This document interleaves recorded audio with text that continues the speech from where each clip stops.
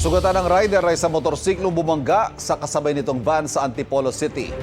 Ang rider na lasing umano, ayon sa responding barangay, walang suot na helmet at hindi niya pagmamay-ari ang minamanehong motor. Laging una ka sa balita ni EJ Gomez, exclusive.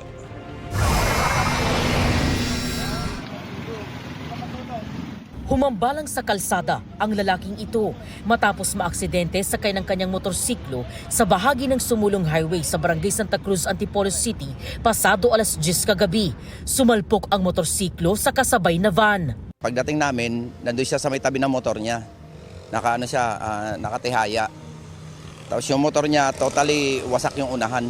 Tapos ayun, kalat yung mga debris ng mga ng motor at saka yung sa van. Duguan yung muka.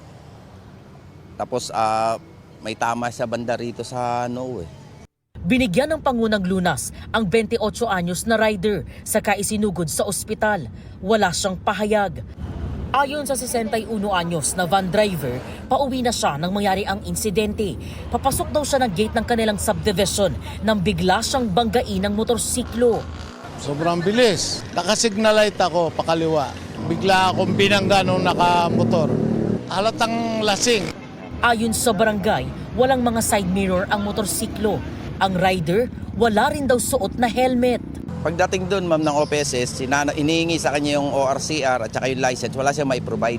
Yung motor hindi sa kanya, hiniram lang. Paglapit namin, amoy alak yung driver ng motor.